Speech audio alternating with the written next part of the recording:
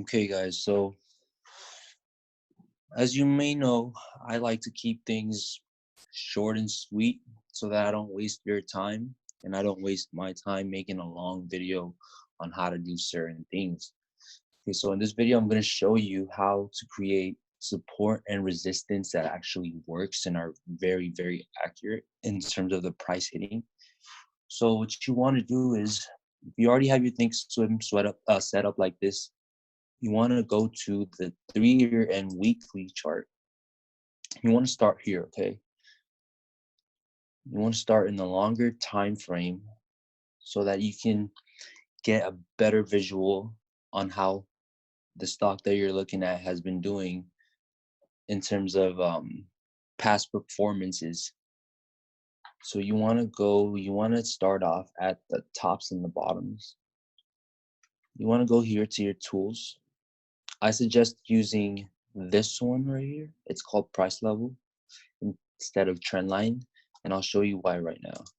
So if you click on price level and if you just double click on here, it'll create a long line, right? It'll create that line. Actually, when you first do it, it'll just be a red line. So what you want to do is you want to double click it. You want to right click it. You want to edit the properties. You want to left extension. You want to turn that on. Right extension. You want to turn that on. You want to show the price either on the left or on the right here. If you can see, it'll tell you the price of the line that you created. And you can change the style. You can have it like this. I like it like this, and I like it in white. These lines give me my entries and exits. That's why they're there. That's why they're important. That's why I'm going to show you guys right now. So you start at the top, and then you want to go to the bottom of this. So I'm looking at Amazon. I'm not really worried about these ones right here because I don't see Amazon falling into that range anytime soon. So just worry about, what's in the middle.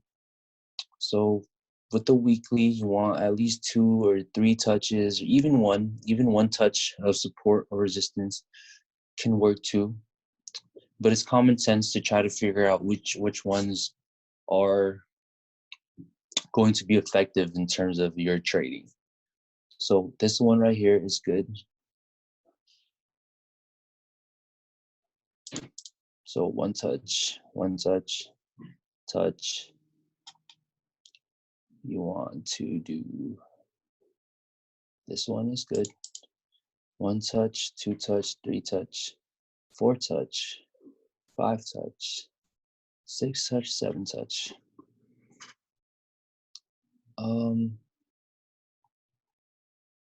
This one is useful.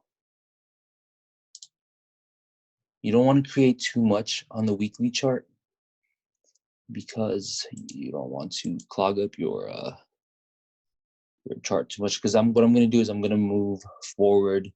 I'm going to go down to the daily, the 4 hour, and then maybe the 1 hour, depending on how it looks. So you want to create one right here. You want to create one right here. Okay, that's good enough for now. That's more than enough. Maybe this one. Let's do another one. Okay. So after you're done with the weekly chart, you want to move on to the daily chart. But first, look at the right. Look at the price differences. The price gaps. So 2050, 1962, 1919, 1838, 1741, 1670, 1480, 1361, 1305.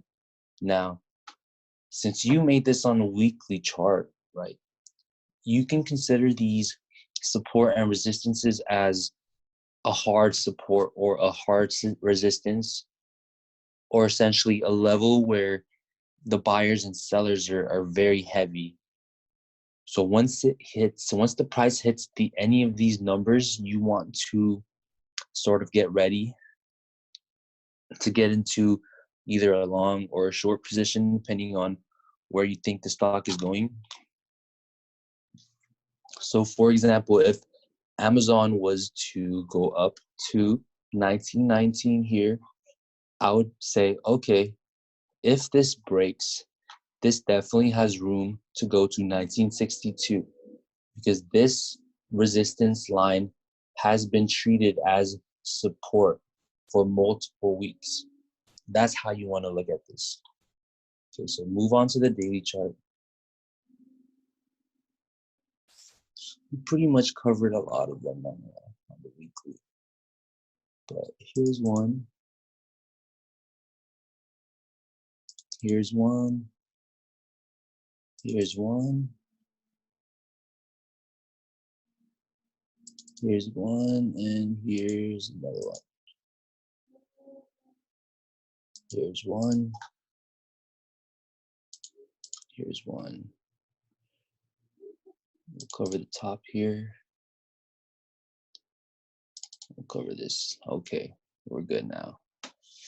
You might say, oh man, your chart looks clogged up, you know, but it's actually not clogged up. If you go to the 5-minute chart, you can see that now you clearly have entries and exits for your positions. So you know where the buyers are, where you know where sellers are.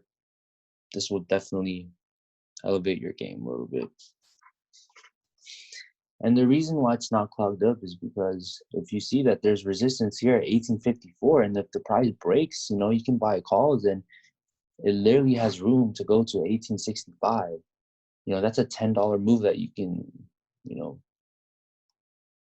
capitalize on, even if it goes to the downside. You know, it kind of depends on where the sentiment of the market is for that day anyways. So then after the daily, you want to go to the 4-hour, and you want to see if there's anything that you missed. This is one.